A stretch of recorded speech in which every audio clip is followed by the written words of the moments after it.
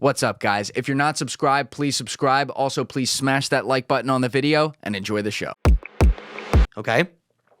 Did they conquer a lot of They people? conquered the region. They had some wars. But the point is, in one of these depictions, it's showing this god Haldi that was part of this creating the civilization and passing all this knowledge. It's showing him passing a pine cone in his hand. This is another... Right. This is what's the term for this thing? What I'm describing right now, and we'll put a picture up, is a giant box relief that came from a place called Kef Temple, which is on the opposite side of the lake as Ionis. A box relief? Box relief, meaning that there's nothing inside. It's symbolic, but it's a gigantic 3 by 3 by 3 by 4 foot basalt box that has some of the most finely intricate carvings of like any ancient structure I've ever seen in the world. The symbolism on this is insane. Unbelievable, right? Yeah. And we could talk about that till the end of the whole show. But the point is, look at what Haldi's holding in his hand. Pine cone. He's passing the pine cone, and it's coming out of the cup, like the ancient chalice. Now, that pine cone looks exactly like the tree of life in the lower depiction.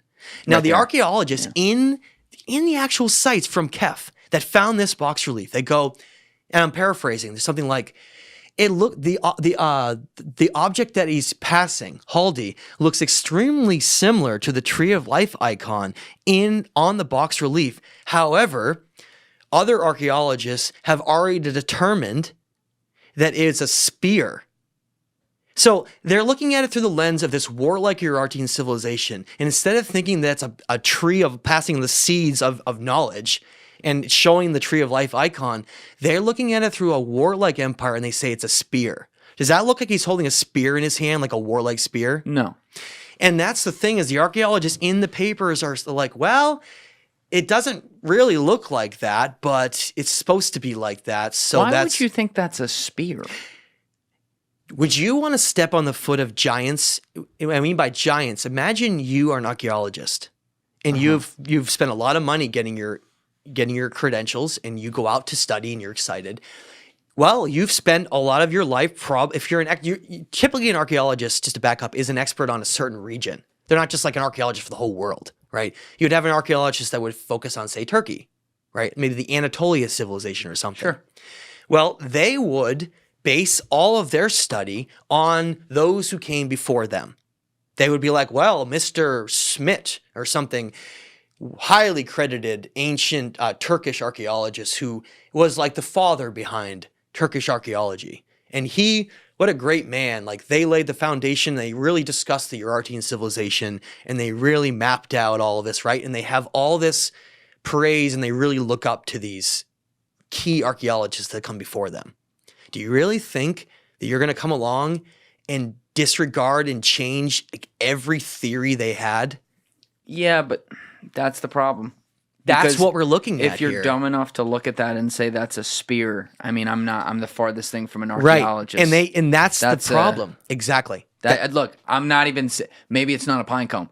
That ain't a spear, though. But look at this. Look at how similar that is to the cypress tree of life they have in the corner. You see that? Now, hold on one sec. Let's play devil's advocate. Okay. Because to me, that's not what I think when I see this. I don't think spear.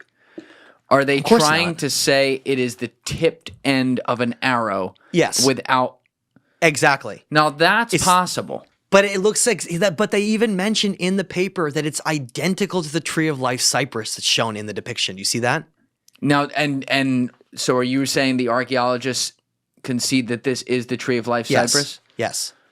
So the tree of life. Yeah, that's hard. The depiction of the tree of life changes depending on where you are in the region. They actually pick a tree of life based on some kind of tree that's symbolic for them. Cypress grew in the region, so they use that for their tree of life. Whereas, like for ancient Mesopotamia, they didn't use a cedar.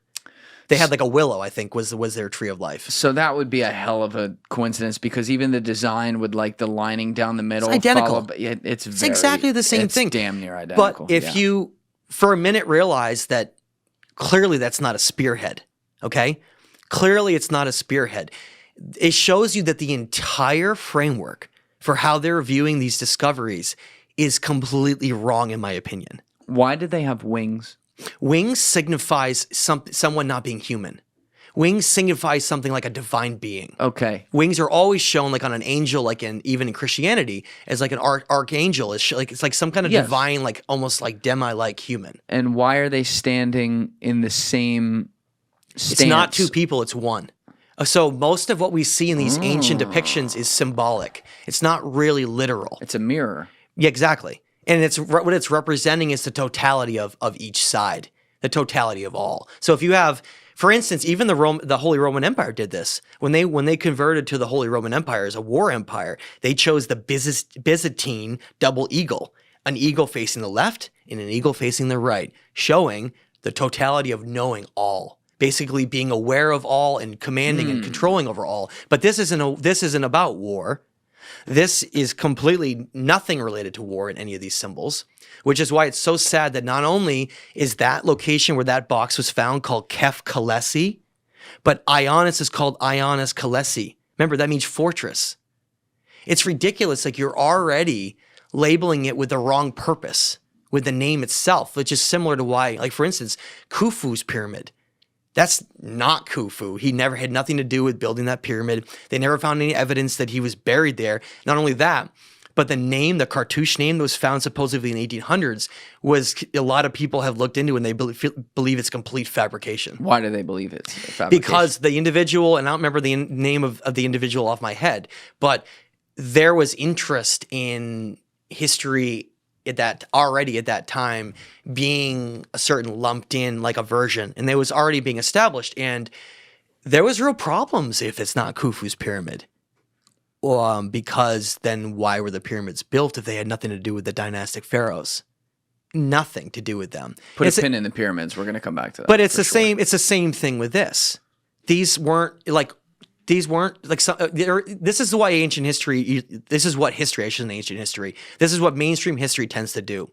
They'll label something either a tomb or often a fortress, and like giving you an example, Saskatchewan, and we're going to talk more about South America, but Saskatchewan is a perfect example of that. Saskatchewan is some of the largest megaliths, some of the most precise design of any ancient temple in the world site, and yet they say it was built for a fortification.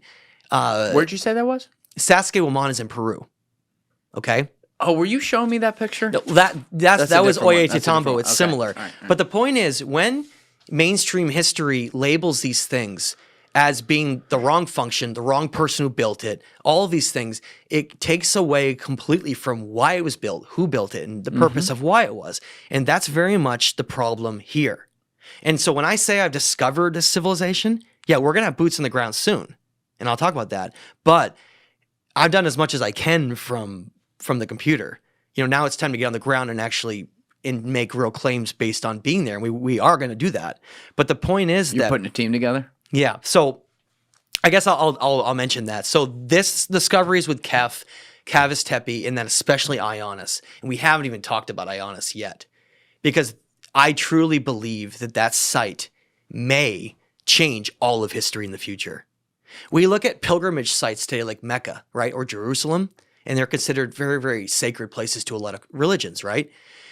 I think in the future, Ionis will be one of the most sacred sites in the world that will be visited by millions of people because of the implications for the symbols and the teachings and what is contained at that site. Imagine if it is true, and I believe this, that Ionis Temple, and I mean, there are places in Sumer like Eridu and others that are all disintegrated and there's not much left of them. But in terms of an intact place that still exists that you can see, I believe that Ionis is the oldest, maybe the oldest temple on earth.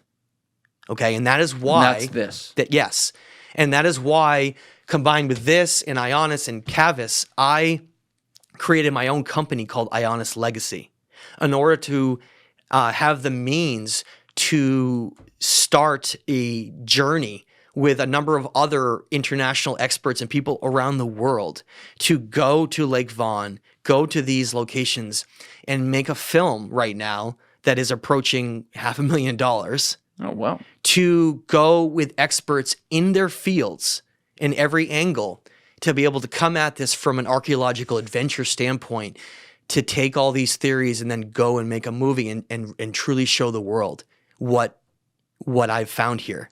Can we walk through this? Yeah, once and for absolutely. all? Absolutely. Let's do it. So that film is going to be part of experts like such as, I just want to mention Paul Wallace, for instance, is a biblical archdeacon in his past, not any longer. He's now an ancient history researcher, but having someone with a biblical background is important here because we're going to be talking a lot about religious symbols here. And of course, if you're going to make statements that are bold, you need to have someone with a religious background to be able to back those up, right? And that's the goal with this project, is we want to have someone with expertise in every area. For instance, Brian Forrester is involved, who's a megalithic expert, along with me, so we can help use that academic understanding to prove, well, you say, like, well, Ionis is built out of what's called andesite. Okay, well, andesite on the Mohs hardness scale, 10 being the hardest diamond, is a 7, meaning it's one of the hardest stones on the planet. So how did any culture possibly create such intricately created symbols in stone like that? It doesn't make any sense. Thank you for watching the video, guys. Please hit that subscribe button and check out this clip's full podcast episode by clicking here or in the description below.